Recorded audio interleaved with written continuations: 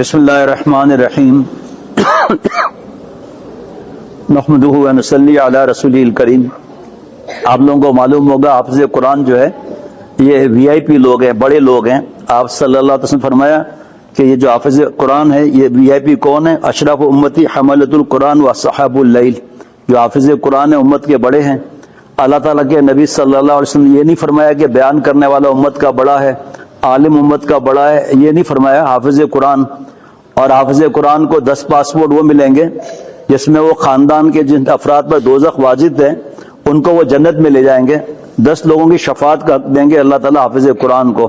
تو پڑھانے والے کو بھی ماشاءاللہ کتنا انعام ملے گا، جو اپنی جان کھپاتے ہیں، قاف قاف، پھر اگلے سال پھر اور بچے، دوسرے مہینے پھر اور بچے، تو ان کا بھی بڑا اجر۔ اور جس طرح آپ کا یہ مدرسہ چھوٹا ہے، ہمارا بھی الحمدللہ مدرسہ چھوٹا ہے، چونکہ کتنا بھی چھوٹا ہو اللہ تعالیٰ خوش ہوتے ہیں تو الحمدللہ ہم کہیں گے الحمدللہ۔ ہمارے یہاں جو ہے وہ حضرت والا شیخ العرب والعجم عارف باللہ حضرت مولانا شاہ حکیم محمد اختر صاحب رحمۃ اللہ علیہ، جن کا غلام، جن کے قدموں کی خاک، فرمایا کہ ایک طالب علم وہ اللہ والا وہ پورے مدرسے کو اور پڑھانے والے کو اور مال لگانے والوں کو، دعا دینے والوں کو اور جسم سے خدمت کرنے والوں کو قبول کرا دے گا۔ اور 10 پاسپورٹ اس کو ملیں گے حافظ قرآن کو جو عمل والا ہو، جو گندی مذاق کرے، ننگی فلمیں دیکھے، ہاتھ سے جوانی برباد کرے، ماں باپ کی بد دعا لے، فوٹوگرافی کا حرام کام کرے۔ حرام ہے حرام فوٹوگرافی۔ حدیث پاک، پہلی حدیث پاک ہے سب سے زیادہ عذاب تصویر بنانے والے کو ہوگا۔ ڈیجیٹل نان ڈیجیٹل کو گولی مارے، آگے فتویٰ بتاتا ہوں دارالعلوم کورنگی کا جو ابھی آیا ہے کچھ مہینے پہلے۔ اور اس میں جو کارٹون، ویڈیو گیم، پھر گندی فلمیں، پھر فنی ویڈیوز، یہ بھی جائز ہے کیا؟ تو یہ سب سے زیادہ عذاب تصویر بنانے والے کو ہوگا۔ دوسری حدیث پاک کہ اللہ تعالیٰ قیامت کے دن فرمائیں گے مفو کندھے پہ ہاتھ نہیں رکھنا بیٹا، کندھے پہ ہاتھ مت رکھو، یہ دوستیاں وستیاں لگانے کی جگہ نہیں ہے۔